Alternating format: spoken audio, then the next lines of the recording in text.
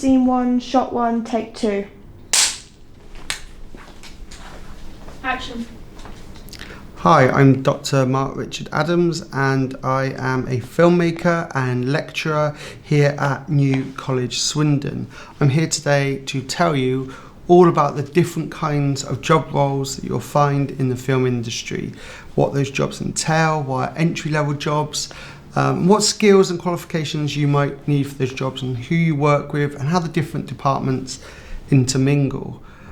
Today with me I have the second year HND class who are filming this, and each of them as part of their course are taking on a different job role in order to make this video. So let's jump in. So I thought I'd start by talking a little bit about myself and how I've sort of come to be here today. I've always been hugely interested in film, reading about film, making films, writing films, and directing films. And a lot of people do start with directing their own individual sort of short films, whether at college, university, in their own time, and it can be a great experience. But they tend to be quite smaller, more personal projects, and I think they're quite different to working on a bigger or more industrialized version of film production. So you have to think that even if you have directed your own films, you still may be jumping into the industry in one of the sort of entry-level jobs, and that's fine. That's how it should be, and your experience will help you do that job well and hopefully go in the direction you want. As well as doing short films when I was younger, I did a few web series which were a really popular format around sort of the 2010 era of YouTube, kind of before streaming, but once we were getting a lot of online material. More recently I went on to produce the horror film Clown Face. Being a producer is quite a different skill to being a director, but I think it's a really important one because you really get to know and help sort of hire people into the different departments and roles, and getting that right is so important to making a film shoot run smoothly. More recently I'm working on directing again and producing an anthology film, which I have actually in fact worked with a number of students on these projects as well, giving them vital experience with industry professionals and working on set. I think perhaps the most famous of the sort of entry-level jobs is production runner. So the production runner or production assistant or gopher is the person who essentially helps make the whole shoot flow, the whole production go smoothly by doing all the odds and ends and little jobs.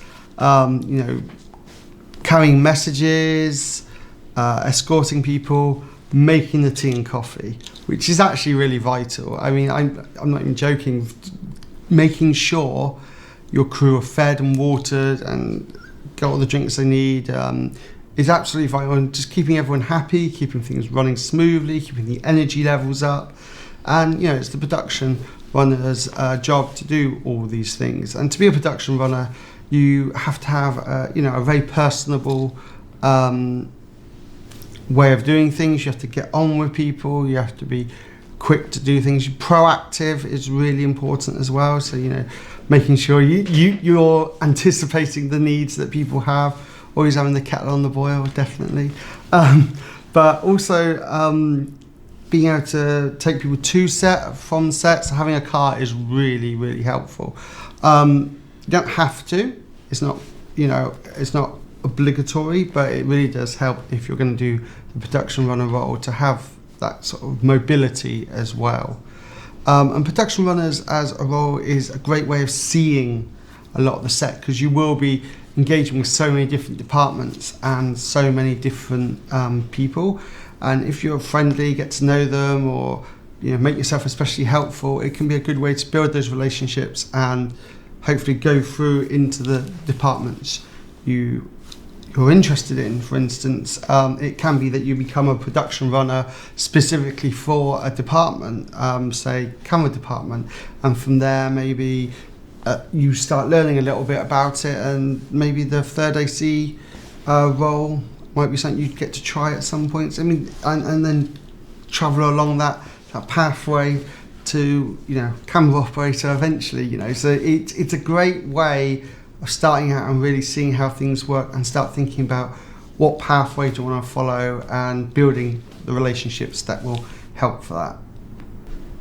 So the camera department is one of the sort of key areas, obviously, of filmmaking. You need to ultimately get the pictures on the screen, and in charge of that, really, at the top of both camera and lighting of the image of the film, you have the DOP, the director of photography. Depending on the size of the production, they may operate their own camera or have a separate camera operator whose main job is to operate the camera. So we have Ihor and Anthony, two of our students here today, doing those roles, operating the cameras for us. And then you have different assistants for the camera operator, again, depending on the size of the production. So first assistant camera can often be known as the focus puller, responsible for, as the name says, adjusting the focus. This can be done manually, or even nowadays you often have a separate device for wirelessly controlling focus on devices. You have your second assistant camera as well, more likely to do your loading the clapper. It can be called the clapper loader. That's making sure they write down the scene, the roll, the take, making sure it's all recorded and all the details are kept track of.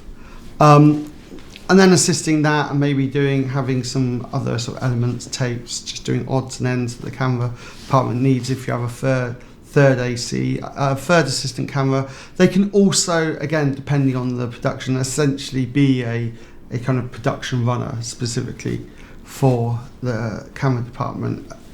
A lot of these roles, if it's a smaller production, might become amalgamated. If it's a bigger production, it will become increasingly specialised. So it very much depends on the size of the production. You'll also potentially get a camera trainee who kind of mostly shadows the camera operator, and this works as an entry-level job as well. They might look after the lenses, clean things, do all that kind of element. And it's just worth mentioning the first AC, as well as focus pulling, may often help rig up the camera, set up the equipment and store and build and work with the camera operator and DP. So there's a lot of different roles, and the reason that there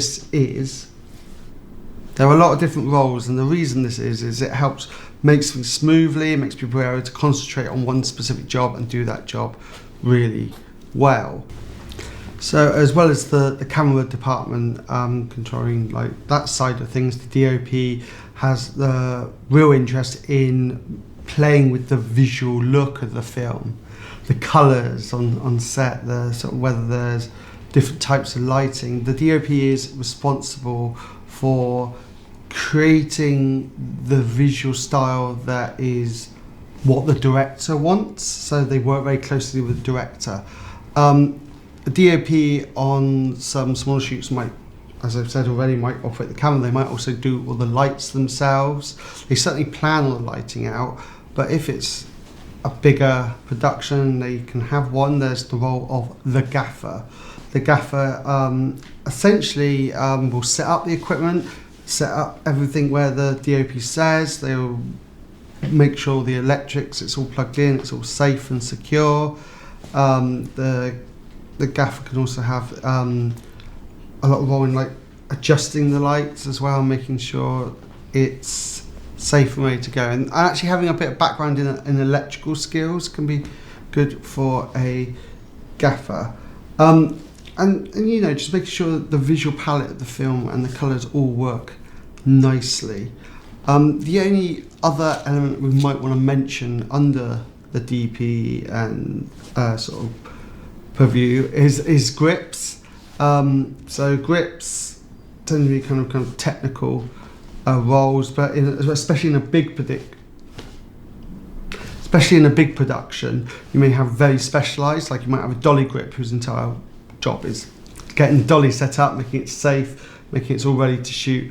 A lot of these jobs, gaffer, camera operator, grip. They're all about making life for the DOP very much easier, much more that they can focus on getting the right lighting, making sure the shadows are correct, and that the visual aesthetic is what the director wants. Because ultimately the DOP and the director are a team creating the visual style and language of the particular production.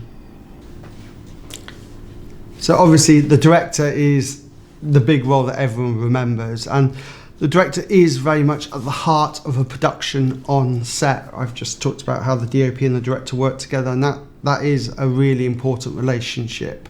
But the director does have other key relationships, and that's really with the other heads of department, the heads of the sound department, who will record the sound, the heads of the makeup department.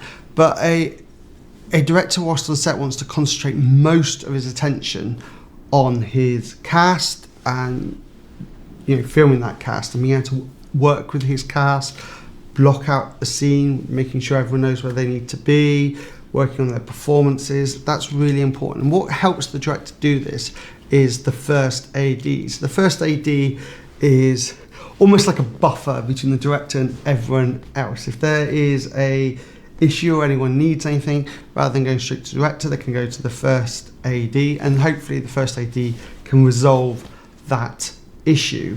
If the first AD is unable to resolve it, they can talk to the director themselves. But that way it just keeps everyone in the department, and the director can mostly focus on, like I said, talking to the DOP and the cast, maybe someone from sound, and it makes it a lot easier for them to concentrate on that creative aspect, while all the technical roles that we've already spoken about are all going on around.